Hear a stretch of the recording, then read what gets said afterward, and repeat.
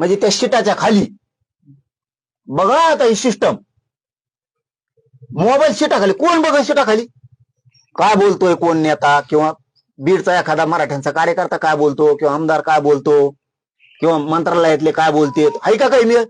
अशी वृत्ती मुंडे साहेबाकडे मोठ्या नव्हती. म्हणून मराठा समाजाला मी सांगतो आपण शांत राहायचंय. ह्या नासक्यासाठी वंजारी समाजात खूप चांगले लोक आहेत, म्हणून शांत राहायचंय. ही फक्त असली घाण नासकी ही जी टोळी आणि ही आहे ना, ही संपणं गरजेचं आहे. कारण याला ना जात मिली तरी चालतंय, याला कुणी मिळलं तरी चालतंय, फक्त राजकारण लागतंय आणि ब्लॅकमेल करून राजकारण करायचं प्रत्येकाकडे. आता खाली जर मोबाईल ठेवलेला असला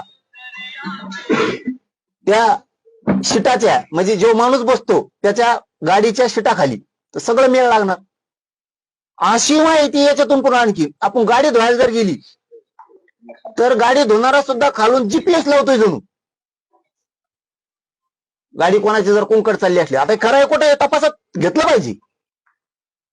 त्या आरोपींना माहितीये मोबाईल कुठे ठेवतोय शिटाखाली.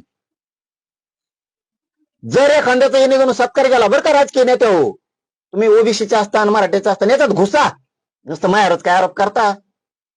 अरे मी खमके होतो म्हणून तर त्याच्या टोळीला आतापर्यंत कुठे हातच नाही घातलेला.